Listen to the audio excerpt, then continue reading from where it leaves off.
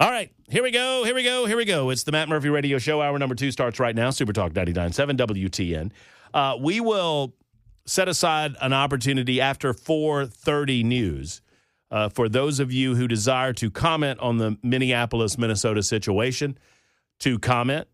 You've heard my comments, my initial comments. I've got a lot more to say about it. But we will suspend that until about 4:35 unless our next guest has anything to say about it. But we're going to turn our attention to more local issues and statewide issues as there is a regular session of the Tennessee General Assembly coming into session next Tuesday. Believe it or not, here we are. And it's an election year, so we might get some good things out of this session because they always give us the good stuff on election years. With that in mind, we welcome back to the program, and not only the session, but we also have some Columbia County issues to talk about. Columbia, Tennessee issues, Murray County issues to talk about with regard to water.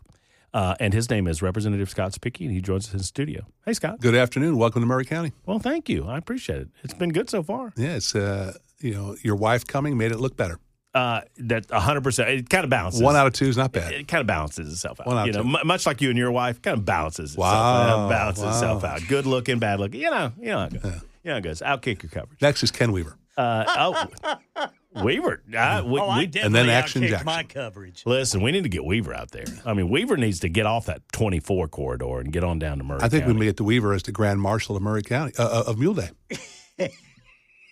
Weaver, that sounds like an invite. I mean, Does that come with a hat and a whistle? Hat no whistle. Yeah, sure. I'll give you a hat and a whistle if you do it. Hey, Ken, I'm going to be a part of Mule Day. Now, when's Mule Day? Usually right around first part of April into March. I'm in. That's a big celebration. Oh, I'm all in. Scott's already invited me to ride on his wagon. Ride in the truck. All right. Oh, in the truck. In the truck. Are you gonna have signs on it Yeah. that say "Real Ex-Conso Picky" Yeah, or whatever? And I'll do Matt Murphy. We can have Matt Murphy. I'll be able to start cheering. I'll be like, yes. Let's start with, I know we've got the General Assembly coming up, and We do. obviously a lot of important There'll things be going on plenty of there. time to talk about the General Assembly. I want to talk about what's happening tonight. Sure. And I apologize. I've done this on a couple of occasions. I grew up in Thompson, Georgia, Thomson, no P in Thompson, which was in McDuffie County, which was right next door to Columbia County. And because of that, in my head, I say Columbia County a lot, and I'm sorry. I know it's Columbia, Tennessee. I know it's Murray County. The Columbia Power and Water Board has presented this proposal to the Columbia City Council. Correct. It's had its first reading. Correct. It passed. And tonight is second reading. That's right. And if it passes tonight, they are going to move forward presenting this proposal to the particular people and the state agencies that need to approve of it. Correct. In order to borrow over $500 million $520 million. and pass that borrowed money on to the ratepayers that utilize either directly or indirectly Columbia Power and Water. Provide a 20-year solution with a 30 to 40-year payback. Yeah, that's a tough sell. Yeah. So you were at the study session? I was at a study session. It was well attended by the people of Murray County speaking their opposition to it. As I said in the meeting back then on Tuesday, that's the second meeting I've been to. I'm assuming this will be the third meeting I'm going to be attending here shortly later on tonight. We're still waiting for someone to come to the microphone other than Columbia Power and Water to support the project. I haven't seen one. So there's not been one citizen Not one. to step forward and say, I'm in favor of this? Not one. So do you believe that this proposal and this project, as it was presented on these airwaves with Matt Wheeler with Columbia Power and Water, we gave him an opportunity to speak last week. I listened to it. Do you believe that this proposal is necessary? I believe it's something that we need to consider. They've been working on this solution for 8 years. Since the governor and the General Assembly made it perfectly clear we're going to protect the Duck River, and the governor tasks that Duck River Planning Agency to come up with viable solutions, in 8 months we've come up with 7 different solutions. 7 different solutions, Matt. 8 years on one, 8 months for 7 other options. So we have 7 other options on the table outside of this proposal that will be voted on tonight That we're working on. that you believe should be considered. Before we spend $500 million, and if you look at $500 million, what's that mean, right? What's that mean to a utility When I talk to the funding agencies up here in Nashville, when Nashville or Memphis or Chattanooga or Knoxville want to do a major utility upgrade like this, right? $500 million gives the state pause at the Nashville Electric size level.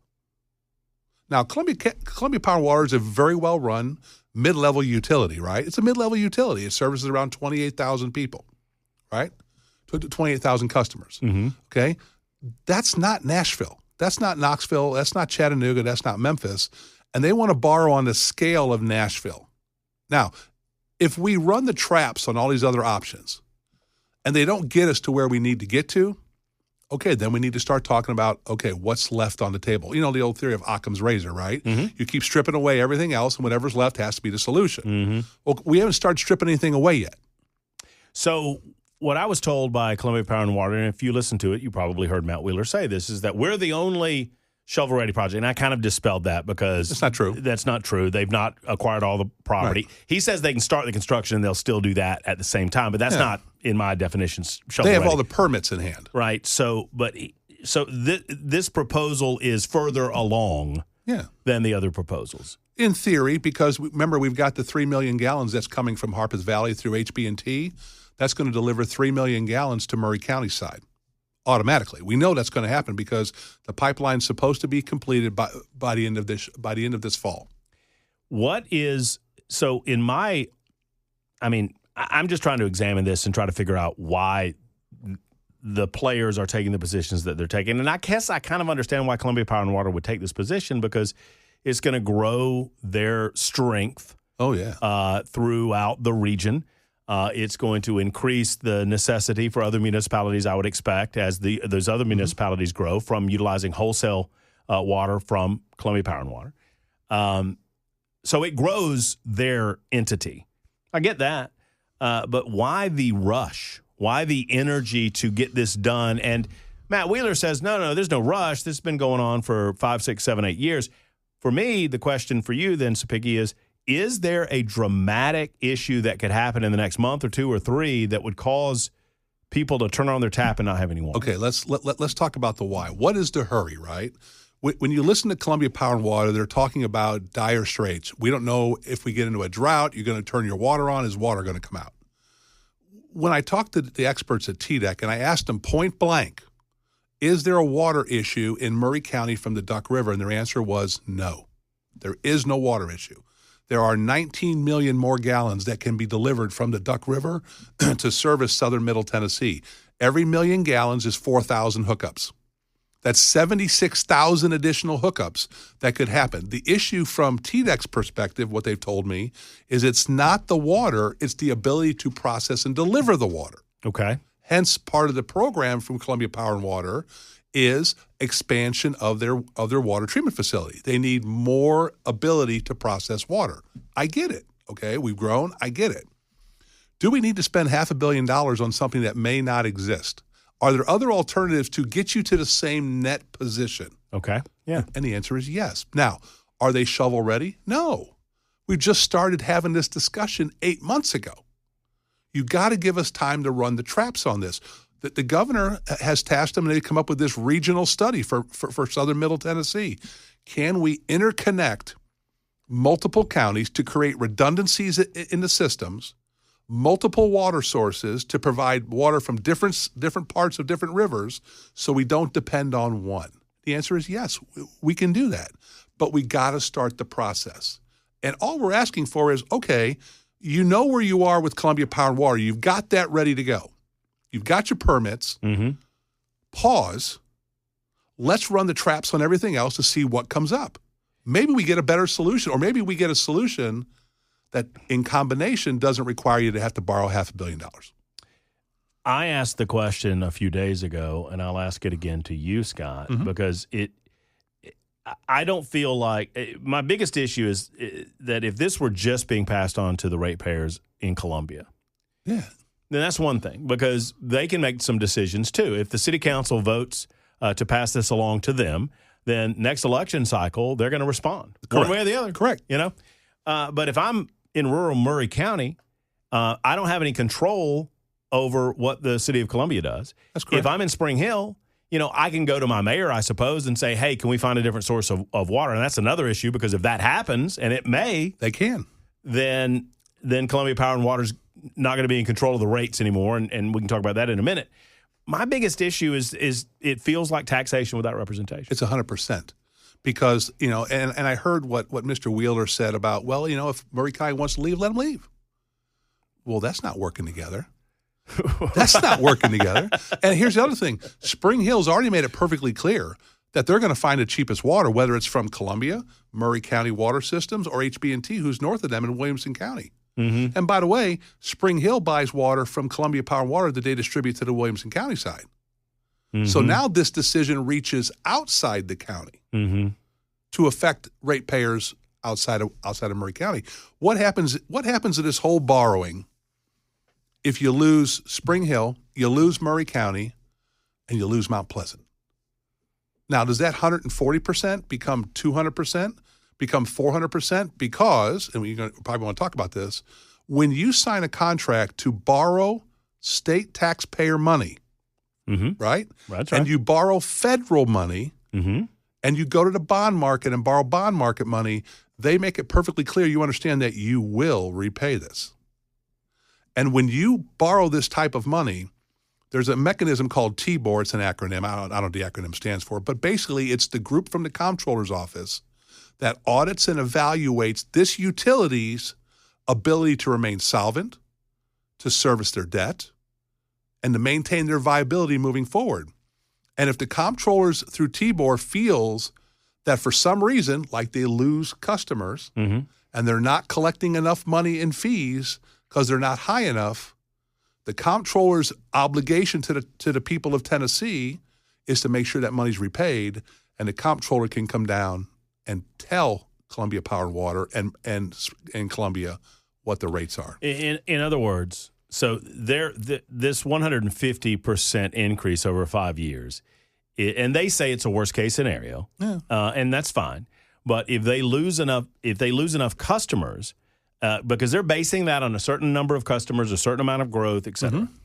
If they lose enough customers, what you're saying is the state's still going to want their money. The bondholder, they have to get their money. They're going to get their money, and so you've got to carve that out off the top. Off the top. And if you're in the negative, then you have to raise rates. Because you got to maintain the viability of the utility. Right. And so the state's not going to go, oh, well, we won't take our money this month, or we won't take our money this year. Don't worry about it. The state's going to go raise rates. And they'll have to raise rates. Because if the city council doesn't vote to raise rates like the state says, then the state will come down and say, here's your rates. I mean, so it seems to me that it's an appropriate question to ask the council people for the city of Columbia tonight, why are you giving up your ability to set rates for local customers? You are. Because you are. You are. Because once you sign on the dotted line with your bankers, and the state of Tennessee and the feds aren't the worst here. It's the bond market, because those are private investors that want their money back. You will repay the money. What are some of the and I know we only have a couple of minutes left, but what are some of the other ideas on the table that you think might need to be considered before this vote tonight? 8 months we've been working on this project, right? Raising Normandy Dam 5 feet. That backs up an additional 5 billion gallons of water. Okay. 5 billion. Okay. Off-river reservoir. So instead of one big dam, you build smaller holding ponds to be able to pump water into, so that if you do have a drought, you have resources to use, right? Installation of the intake for Columbia Power and Water. That's another solution, right? Sure. The Harpeth Valley connection. How much water can we actually get? I think they're pumping about 32 million gallons right now from the Cumberland. I think they're permitted for 83 million. How much water can we pull down, right? Yeah. Murray County has an intake request for 3 million gallons. Can we allocate that to Marshall County that's already has their intake and their processing plant, connect Marshall and Murray, and get that 3 million pumped back into Murray County? 3 more million gallons, right? And then here's the big one. A regional water commission where you connect from Bedford County, Marshall County, Murray County, Giles County, Lewis County, Lawrence County, Hickman County, and Wayne County. Interconnectivity, redundancy, safety in numbers, right, Matt? Hey, if you got to borrow $500 million, spread it out over 7, 8, 9, 10 counties, right? Who are all going to benefit from that water. Well, and if you gather together with this level of regional cooperation, then everybody's doing something together. It's not one organization telling everybody else how it's going to be. And if you can connect down the Wayne County, that's where the Tennessee River swings north. And instead of that 30, 40-mile pipeline from the Tennessee River, it's probably less than 2 miles. So bottom line is there are other solutions that need to be considered, and there's a lot of people that are paying close attention to this now, aware of this now. What do you expect happens tonight? It's going to pass. I'll be shocked if it doesn't. I will probably be the first one to come on the air tomorrow and go, I was shocked. Okay. I think that they're not listening to the people. They're not listening to their elected leaders that are working on this. The worst thing, Matt, is they're not listening to their constituents. And the first thing you learn as an elected official, when it's this overwhelming one way, you better listen to the people. And no one is saying that this project doesn't move forward 6 months from now, by the way. Well, we're hoping, just give us time to work these things out. Give us till August, September. If the vote at the city council happens, what happens then? So now the process starts of trying to accumulate the money, get the approvals for all the loans, and it's going to have to come back up here to the state. And I've already told them I will be working up here in the state to see if I can put a pause on this until we can get what the governor requested, a regionalization study due back in August of this year. Let's make sure we run all the traps and everything first to figure out if we have this once Occam's razor, right? If Columbia Power Water Solution is the last one standing, then there you are. What's the first bill you're running? I've already filed it. It's on the presidential physical fitness bill. It requires our high schoolers and kids throughout our K-12 system to take the presidential physical fitness, and if they pass it, they get an award for that. I hated that rope pull. Oh, you'll be fine. Oh, my gosh. The bill we're going to file here shortly is an election bill. You know what I'm talking about. I know what you're talking about. The bill we're going to file here that's going to either hit today or tomorrow is an election bill. It moves all elections to either August or November. Oh, I like that. So these municipalities that have elections in March and stuff like Spring Hill does, everything will be moved to August, November. So as someone who votes in Tennessee, you show up twice. That's it, August or November. And then the other thing is we do have a problem with our municipalities. We're going to give our local parties the ability to partisan local elections. Oh, I like that. So there you go. That's the it. ability, not the ability to. requirement. They don't have to, but they can. That's nice, too. There you go. Well, we'll talk about those things next time. Thank you for being on with us. It's not going to be dull this year, folks. Enjoy tonight. I'm on my way. Let us know how it goes. There's Scott and Piggy, 26 after the hour. Super Talk 99.7 WTN. Yeah, baby. Uh-huh. I want to dissect this song while it's playing. Send a whale. Have y'all ever listened to the lyrics? Yes. We've talked about this. Yes. Uh-huh. Everybody, let's rock.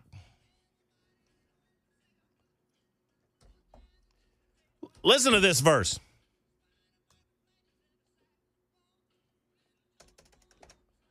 Wait, it's not this verse.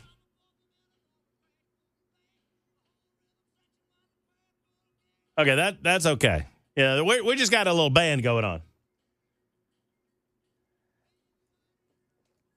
Elvis Presley would have been 91 today. This is the one I'm... Okay. What? Huh? What? Number... If I didn't know any better, I think number 3 is a little light in the loafers. I don't understand why more people haven't spoken of this in the past. I have noticed it, and we've talked about it before, Ken. I believe we did last year, Brother Murphy. I was about to say it was last January the 8th. So, yeah, verse number 3, number 47. So we're in jail, right? The whole thing is the warden threw a party in the county jail. The prison band was there. They began to wail. The band was jumping and the joint began to swing. You should have heard those knocked out jailbirds sing. And then Spider Murphy, as you heard the great Elvis Presley just said, Spider Murphy played the tenor saxophone. Little Joe was blowing on the slide trombone. The drummer boy from Illinois went crash, boom, bang. The whole rhythm section was a Purple Gang. And then verse 3. Number 47. So these are inmates. Number 47 said to number 3, "You're the cutest jailbird I ever did see. I sure would be delighted with your company. Come on and do the jailhouse rock with me." Maybe he's just talking about let's dance. I mean, okay. Maybe it's a okay. gender. Yes, I don't Jackson. know. Wait. No, hold on. Maybe it's not by the way, a male prison. Are you're saying it's a gender diverse prison? Yes. It's a what do they call those dormitories? Oh gosh, Co-ed? co-ed. That's You're what saying I it's was thinking of. It's a co-ed prison? Yes. Huh. Ain't no such thing. I don't know, Ken. This was the 50s. Matt would know best. Final verse, by the way, doesn't get any better. Sad sack was sitting on a block of stone, way over in the corner, weeping all alone.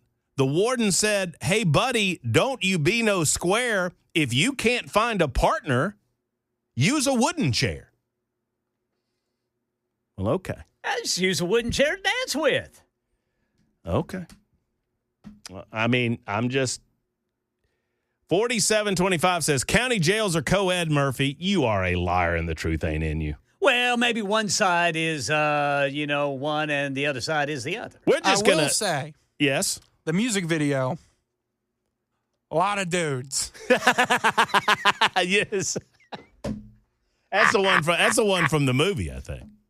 Yes. Yeah, uh-huh. A lot of dudes. Yeah, there's a lot of fellows dancing together. I don't see. I've been watching a good bit of it. And if I see a lovely lady, I'll let you know. I don't. You know what occurs to me? I got a spider on my shirt today, so I'm kind of Spider Murphy today. You got a spider on your shirt? I do.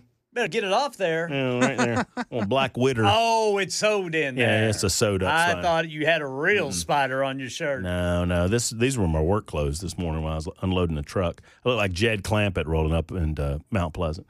All right, so there you go. It's Elvis's birthday, so we're celebrating with a few Happy Elvis birthday, ditties. King. Happy birthday. Thank you. Thank you very much.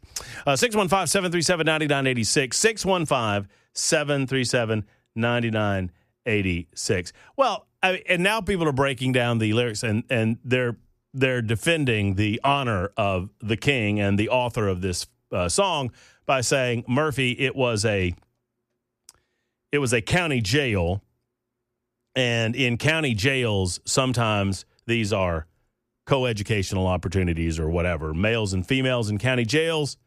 Okay, that's not true, but whatever. I mean, that's fine. And by the way, y'all are saying it's a county jail, and I understand that they say that in the first lyric, but there aren't any wardens in the county jail. Maybe we're just looking too much into this. Maybe we are. Maybe they're just talking about doing some dancing. 44 after the hour, Super Talk 99.7 WT. You know, just some dancing. Yeah, I mean, you got no women around. You got to dance. Well, they did in Cool Hand Luke. They did in Cool Hand Luke. That's true. Actually, 2796 reminds us of that. They said, think about the scene in Cool Hand Luke where the inmates were dancing with each other. Okay. All right. I mean, y'all, that's fine. I love the king. I'm a big fan. I'm not saying. I'm just. Well, I'm kind of saying. I'm kind of saying it's weird.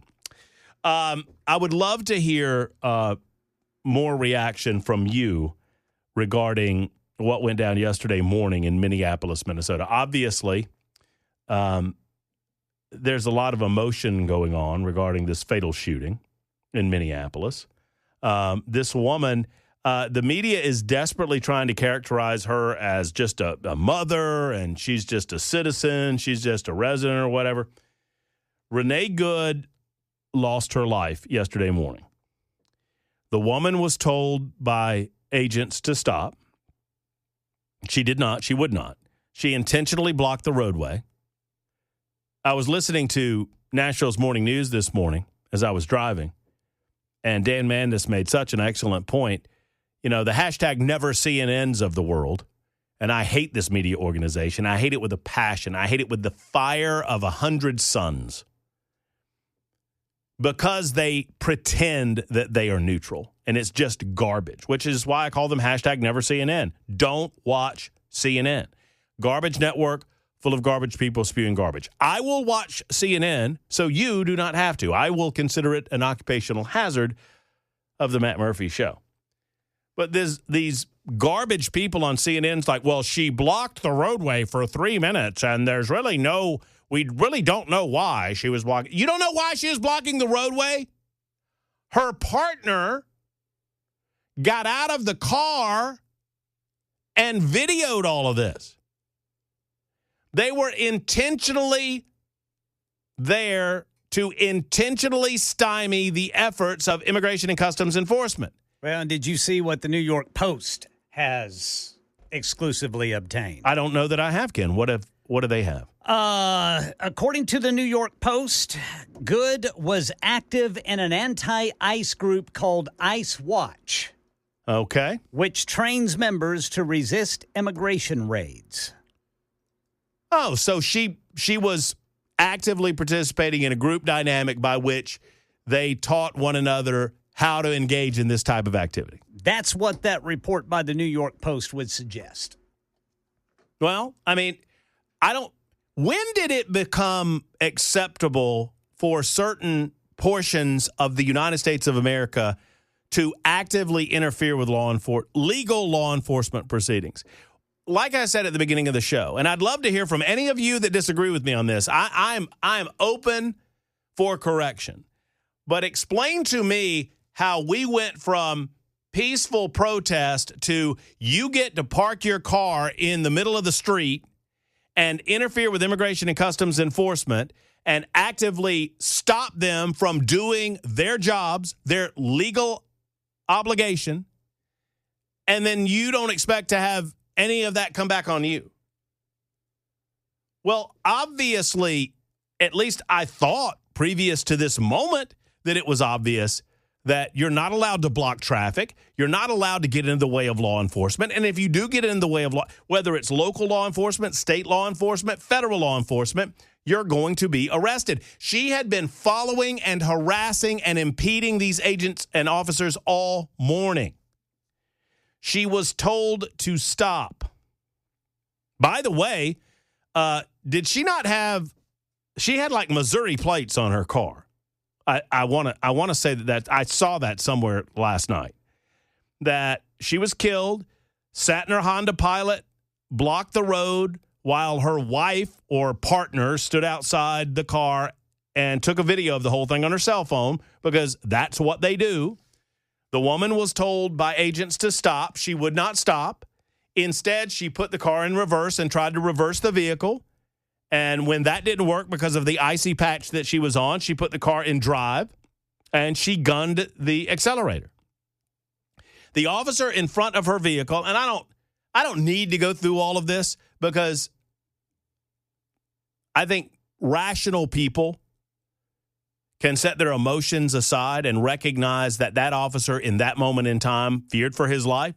And if someone in a deadly weapon, and that's what she was in, a deadly weapon, an automobile becomes a deadly weapon. It doesn't have to be deadly, but a weapon nonetheless, then that officer is justified if she uses that weapon in a way that puts him in fear for his life or bodily safety. Well, she did. And I'm sorry she did, because she's dead now, and now you've got orphaned children, and that's awful. But that's on her. That's her responsibility. That is suicide by cop. She tried to run over a police officer, and she was shot as a result. The car sped off and crashed into a row of parked cars. By now, you've seen all of the videos. I could play them for you, but you've seen all of the videos. And she was dead. Emergency services were called. Witnesses stood around. And now you've got a 6-year-old that's an orphan. And none of this had to happen if lawmakers would simply remind their constituents, and I'm talking about Democrats, remind their constituents that while you have every right to protest and you have every right to petition your government for a redress of grievances, and you have every right to go to your local city councilors or your county commissioners or your state officials or your federal officials and demand better. If you want change, you can demand change. You don't have a right to impede traffic, to stop on the roadway to stop law enforcement from doing their jobs that they are not only legally responsible for doing, they're obligated to do it. Chris has a thought on it. Hello, Chris. How are you? Hey, I'm doing great. I just wanted to say, whether she was trying to run him over or escape, the problem is that so many people are conned into doing the dirty work that others don't want to do anymore. They're conned into saying there's no consequence. Go do this. You'll make a difference, whether it's on a hit page for a community or a politician telling them or any of their friends telling them. They feel like they're important by going out and trying to make this difference, but they take it to an extreme that the consequence just is not told to them. You can lose your life. You can go to prison. Your entire life will change the second you get involved to that extreme. And that's all I got to say about it. I feel sorry for the officer. I feel sorry for her family. I feel sorry for everybody that was there because it's a very traumatic thing. And I'll hang up and listen. You know, you bring up an excellent point, and thank you, Chris, for the call. You know who is indirectly to blame for this? Afton Bay. You know who else is indirectly responsible for this? I forget that lady's name up in New Jersey, the one that tried to get inside of an ICE detention facility because she's a lawmaker and pretended like she has some sort of special right to walk into to walk into an operation like that, a detention facility like that, and she was disabused of that notion quite quickly. But indirectly, Afton Bain is responsible. And here's what I mean. People that don't know that Afton Bain is an absolute idiot, and I say that knowing Afton, and Afton's welcome to come on this show anytime she wants to defend herself, but let me put it a different way. I don't want to call names. I don't want to do it that way. I'm going to take that back. Let's take the idiot off the table. Most people, or many people who are aware of Afton, do not recognize that she's hopelessly naive with regard to the ways of the world. She has been mollycoddled for most of her life, for all of her life, and she doesn't really understand how the real world works, in my opinion. And here she is. Remember when ICE was in Nashville? And remember when ICE was engaged in operations, legal operations with the Tennessee Highway Patrol? And remember that Afton Bain was running around doing videos and and she thought it was so cute that we're trying to bully ICE and ha, and it's so funny. Those types of actions embolden people, sadly, like Renee Good. And Renee Good says, well, if Afton Bain can do it, why can't I do it? If a representative down in Nashville is doing this sort of thing, I need to take action and I need to do this sort of thing too. Sadly, Afton Bain was not arrested. Probably should have been. She backed off before she was. Smart enough to do that, I suppose. Renee Good is emboldened by the words and actions of lawmakers, and she believes that not only is her cause just, but that it's legal. It is not. When did protest become unlawful activity in a way that endangers law enforcement officers, endangers the average citizens of any given community, and ultimately led to the loss of life of a citizen and mother? 615-737-9986, 55 after on Super Talk.